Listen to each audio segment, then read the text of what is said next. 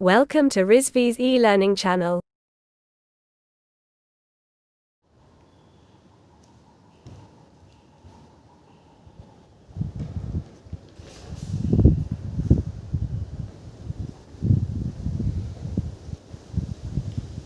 Good morning to all of you. Today my topic in REC chapter. Topic name is constant temperature process or isothermal process. आज इसके बारे में हम लोग discuss करेंगे कि कांस्टेंट टेम्परेचर प्रोसेस और आइसोथर्मल प्रोसेस। इससे पहले हम लोगों ने डिस्कस किया कि आइसोकोरिक क्या है और आइसोबारिक क्या था। हमने बताया था कि आइसोकोरिक प्रोसेस जो होगा उस पर क्या है कि उस पर हमारा कांस्टेंट वैल्यूम प्रोसेस था और आइसोबारिक क्या था, कांस्टेंट प्रेशर प्रोसेस था। वहाँ पर हमने देखा कि तीन फंक्शन हमारे पास थे, अभी तक तीन फंक्शन ही है, वॉल्यूम, प्रेशर एंड टेम्परेचर।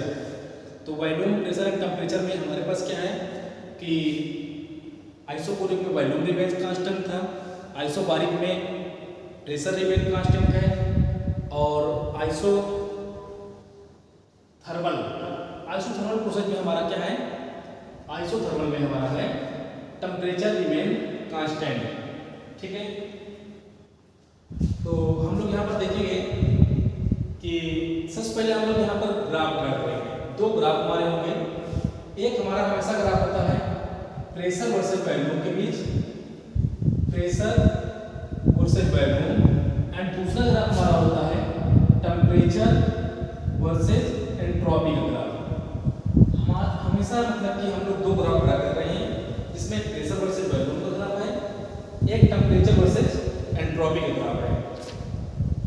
तो हमारे पास क्या है, P1 P2, ये लाइन शो करती है constant temperature process, pressure versus volume में टेम्परेचर प्रोसेस के यहाँ पे।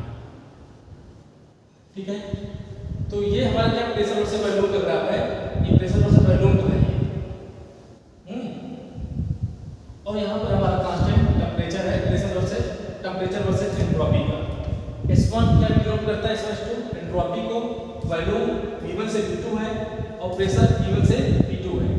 अब हम लोग ये ग्राफ देखने के बाद हम लोग नीचे आएंगे, हम लोग यहाँ पे डिस्कस करेंगे कि इस ग्राफ के माध्यम से इसको हम लोग कैसे प्रूव करेंगे आगे, उसको देखेंगे। क्योंकि हम लोग अभी तक आइसोकोरिक का, आइसोबारिक का डेरिवेशन कर चुके हैं, तो अब हम लोग यहाँ पर देखेंगे कि आइसोथर्मल को, जिसमें टेम्परेचर कांस्टेंट है, उसका डेरिवेशन कैसा होगा। तो यहाँ पर क्या है, इसे यहाँ पर देखिए दो फंक्शन हमारे पास है, एक P1 V1 and T1, pressure volume and temperature in initial state. First stage के लिए आप लोग pressure volume and temperature, and then second stage P2 V2 and T2, pressure volume and temperature in final state के लिए है P2 V2 and T2। Then हमारे पास क्या आ जाएगा, आइसोथर्मल प्रोसेस में हमारे पास तीन जो फंक्शन होते हैं, प्रेशर वॉल्यूम एंड टेम्परेचर, उसमें क्या है कि हमारे पास टेम्परेचर रिमेन कांस्टेंट हो गया, आइसोथर्मल कह दिया तो टेम्परेचर रिमेन कांस्टेंट। तो P1 V1 हमारे पास तीन फंक्शन होते हैं, P V एंड T। इस तीन फंक्शन में जो चीज़ों का, जिस चीज़ के बारे में हम लोग डिस्कस करेंगे वो चीज़ रिमेन हमारा कांस्टेंट होगा।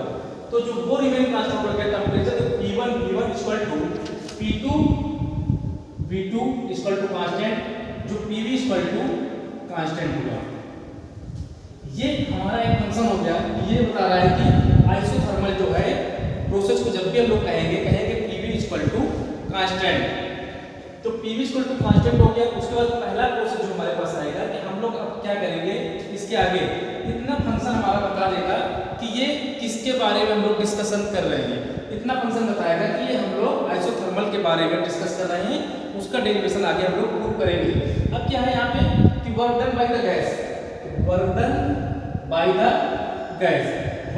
गैस क्या है, W12 equal to P1 V1 log to the base E V2 upon V1। इसको हम लोग क्या करेंगे, इसको जब ओपन करते हैं, इसकी जब वैल्यू लिखते हैं log to the base E, उसकी वैल्यू है 2.3 P1 V1 log R, 2.3 P1 V1 log R, और ये हमारे पास निकलेगा 2.3 mR PV बराबर mRT log R। ठीक है, तो ये हमारा क्या हो जाएगा बर्डन बाय द गैस का एक फार्मूला निकल के आएगा। आपको इस फार्मूले को हमेशा याद रखना होगा क्योंकि पेपर में पूछेगा कि आइसोथर्मल का बर्डन बाय द प्रोसेस, तो क्या हो जाएगा W 1 से 2.3 mRT log R, ये आपको याद रखना होगा। उसका दूसरा प्रोसेस हमारा क्या है चेंज इन इंटरनल एनर्जी। हमने बताया था कल भी कि इंटरनल एनर्जी चेंज होने के बारे में कहेगा तो सर्वप्रथम आप जान जाएंगे कि वो DU की बात कर रहा है। DU means U2 minus U1, internal energy change इन मतलब U2 माइनस U1। जब भी कहेगा DU को दो पार्टों में तोड़ लेंगे, U2 माइनस का U1, वही हो जाएगा चेंज इन इंटरनल एनर्जी। तो DU equal to U2 minus U1 equal to MCV T2 minus का T1, जहां पर हमारे पास जब DU को रिमेन कांस्टेंट करेंगे, जीरो करेंगे, तो U2 इक्वल टू क्या हो जाएगा U1, U2 equal to U1। ठीक है, तो ये हमारा क्या हो जाएगा चेंज इन इंटरनल एनर्जी। वो आप जब भी क्वेश्चन कहेगा कि DU के मान रखिए तो DU equal to U2 minus U1 करना है। यदि U2 का मान U1 का मान दिया है तो DU जो हो जाएगा वो बताया जाएगा कि चेंज इन इंटरनल एनर्जी का मान कितना आएगा, तो उसके बारे में हम लोग जान लेंगे। ठीक है, अब हमारे पास थर्ड पॉइंट क्या आ जाएगा, थर्ड पॉइंट आ जाएगा हीट सप्लाइड और हीट ट्रांसफर। हीट सप्लाइड को ही हम लोग बोलते हैं हीट ट्रांसफर।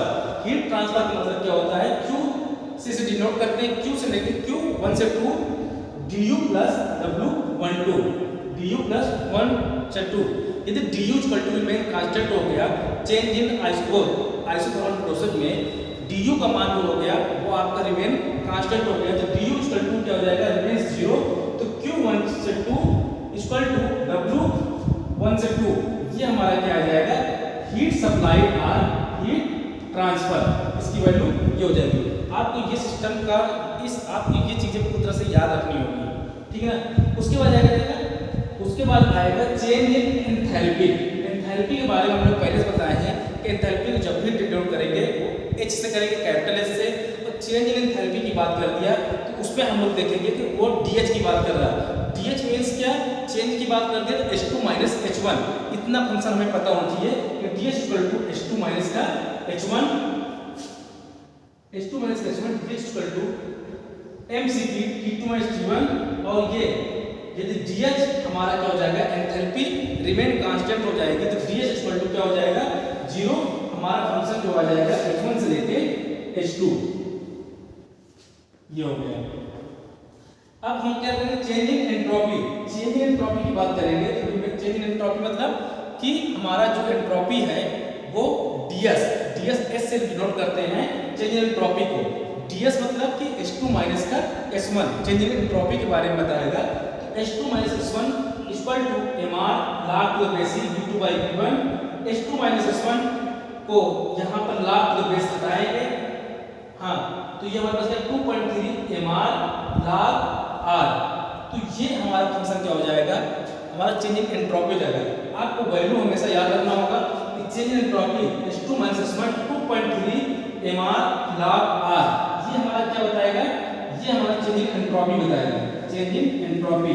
फिर से बता रहा हूँ इसकी जो वैल्यू होगी H2 minus S1 2.3 mR log R। आपको हर फंक्शन में इस चीजों को याद रखना पड़ेगा क्योंकि आपको जरूरत पड़ेगी इन सब चीजों को न्यूमेरिकल पोर्शन में।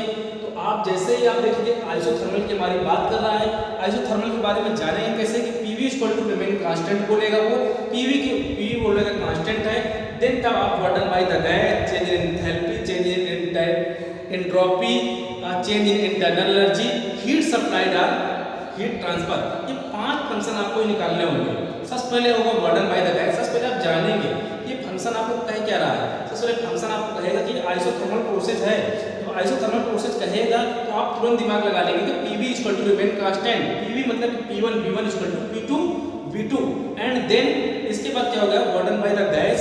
इसके बाद देन हो जाएगा क्या कहते हैं change in internal energy. Change in internal energy के बाद आएगा हीट ट्रांसफर और हीट सप्लाइड, देन आएगा change in enthalpy and then आएगा चेंज इन एंट्रोपी। आपको सभी चीजों का यहाँ पर फार्मूला आपको याद होना चाहिए। इसको 2-3 बार जब प्रैक्टिस करेंगे तो ये आपको प्रॉपर वे में ये याद हो जाएगा, जिससे आपको न्यूमेरिकल पोर्शन में कोई भी दिक्कत नहीं आएगी। आपको कुछ न्यूमेरिकल पोर्शन किताब से करने होंगे, जिससे इसके बारे में आप ब्रीफली जान सकेंगे कि इसका यूज कहाँ कहाँ पर हो रहा है और कैसे हो रहा है। ठीक है, थैंक यू।